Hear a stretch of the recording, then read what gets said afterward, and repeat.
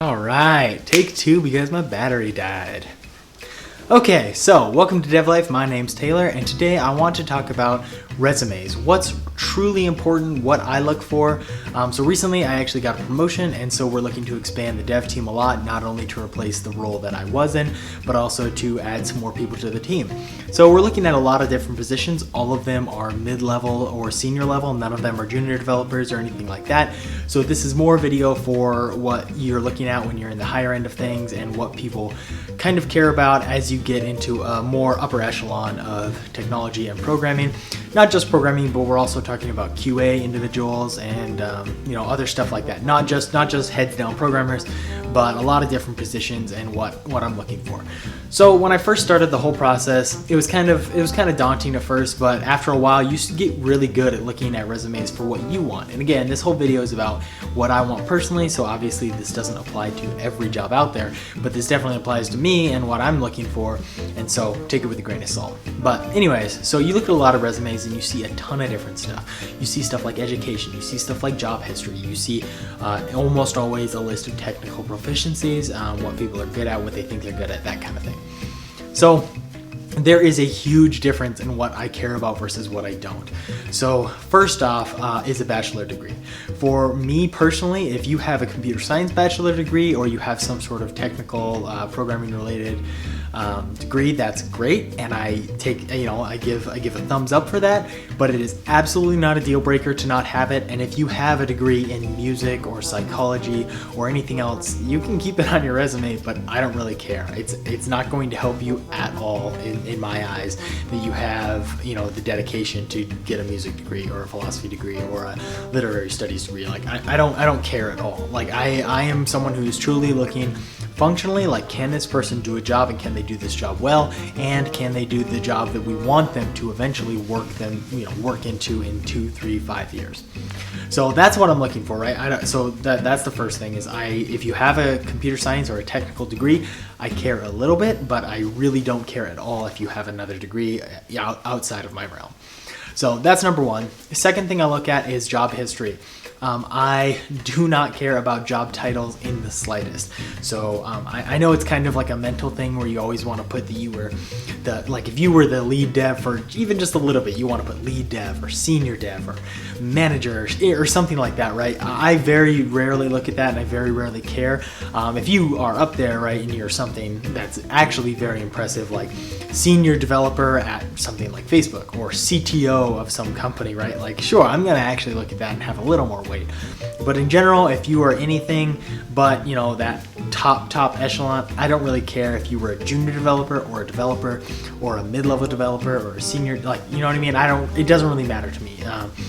Personally, I don't think that has much bearing. For me, what I do is I immediately start reading what you've written about that job, and I look at how long you've done it. Job duration is not something that's incredibly important. I don't really care if you switch job every 6 months, as long as there's generally a reason for it, and I'll generally ask for it, right? Like if you have an opportunity to make more money or have a better working environment and you take it after 6 months, good, you should do that. That is exactly what you should be doing as a developer. You shouldn't stay somewhere and get underpaid just because you have loyalty. Like, that doesn't make any sense to me. You should want to work where you're working, and if it's not with me, that's great. Leave, take a better job. And so I'm not going to chastise anyone or look down on anyone for leaving their job for a legitimate reason. Now, if you get fired every 6 months, there's a problem, and I might want to find out what that is. I might want to dive into that, but I'm going to ask you, why you were at each job for the duration that you were there, because I think there's a lot of value in that. But beyond that, what I do is I just read that description that you write. I need to read what you were doing on a daily basis, and maybe, pepper in some things about, big projects that you did, that kind of thing. Actually, while I'm on the subject, I do not care if your resume is 1 page long. I don't know where that's come from, and I get that mentality a little bit, right? Like, no one wants to read a 5-page resume, but when you're dealing with, these kind of higher level jobs, you really should put as much detail and as much information as possible, because I'm vetting people, right? I will read people's resumes, and based on that information, because that's the only information I'm given, I might throw you out of the pool. So I can't comprehend how it's a smart idea to omit information. Like, if you have awesome information about some project that is hyper relevant to the job application you just applied for, tell me. I don't care if your resume is 2 or 3 pages long. Tell me that. Like, it sucks, and there's like maybe a 5% of me that's like, oh, this is a long resume, this is gonna take a little bit. But if there's good information in there, that's great. But generally, if it's a trash resume, I can tell long before I get to that second and third page. So if anything from this, take that your resume doesn't have to be a page long, but make sure the first page is a very good page. Because if it's good, I will keep reading. I'll read a 10 or 15 page resume if it's a good resume. If it's a trash resume, I might give up halfway through and throw you in the pile of no-goes. So, as far as job histories go, I look at the duration, I don't very much look at the title, and I pretty much entirely focus on what you did at that job and if it relates to what we're going to be doing, what technologies, what things you should have learned. Now, as far as technical proficiencies go, this one's kind of a mixed bag for me.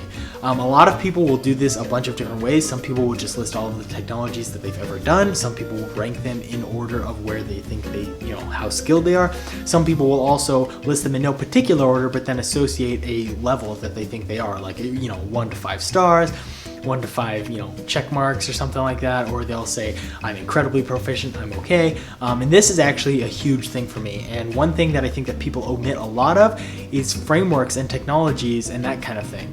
There's a huge difference between knowing JavaScript, like knowing how to select an element on an HTML document, versus knowing Node.js, versus knowing React, versus knowing some of these epic frameworks that people use. Like, it is a completely different type of developer. It is a completely different type of development. Like, they're not the same thing. Just because you know how to do a little bit of JavaScript and HTML doesn't make you a JavaScript, full stack developer. There's a huge difference there. And so you need to say that. If you just say that you know JavaScript, ECMAScript 6, like, okay, that's cool, but I don't know what level you know that. I don't, it's hard for me to understand whether you are someone who has a rough knowledge of it or if you are someone who really truly knows it. So if you know a bunch of frameworks, list them out. Like, it's gonna make your resume a little longer, but like I said before, if you have a good resume, I'm gonna keep reading. If you keep naming off technologies, frameworks, plugins, that kind of thing that we use on a daily basis, my eyes are lighting up. I'm like, hey, this guy knows exactly what we're using. This guy has had at least some experience with framework XYZ that we use. He has, with this library, all of that stuff really is to get me as the hirer to give you an interview. So just say it. Like, if you have any experience with React, let me know. If you have experience with Reduct or Cerebral or Next, let me know these things, because these are frameworks and technologies that I could use. Like, maybe I don't use it, maybe I just gloss over them because I'm like, oh, I don't know what that is, or I don't use that. But if I do know what it is, it's like, oh, sweet, this guy actually knows something about what we're doing here. This is gonna make him a better developer. So those are kind of the 3 aspects of resumes, right? There's the education, there's the job history, and then there's the technical proficiencies. I weight them in actually the reverse order of that. I look at technical qualifications first and foremost, job history as a secondary, and finally education as a more of a bonus or an afterthought.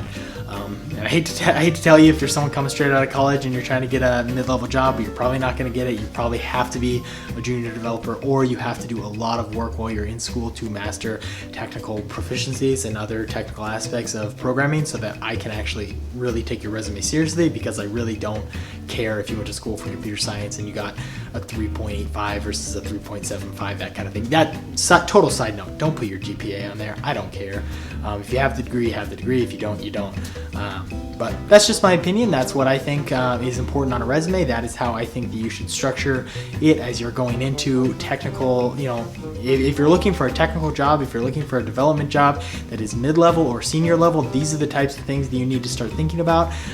You can't rest on your laurels. You can't just have a resume that vaguely says what you do. You really have to be detailed and let me know all the information, because that is the only source of info I have on you. If you can't tell me on that resume, it might not, it may as well not exist. I don't care if you know about frameworks and technologies. If you didn't put it on your resume, I don't know that. So I might not give you that interview to find out that information. So always put more information than less. Make it concise and easy to read. Sure, that's always great. But always put information on there that you think might be relevant. And that's for my video. If you guys have any comments, questions, concerns, or if you disagree with me, let me know in the comment section down below. I'd love to have a conversation about it. If you don't want to put it in the comments, we have a Discord channel and you guys can hop in there and chat with me and Josh any time of the day, anytime, any day, whatever. So let me know what you guys thought of the video. Anyways, later guys.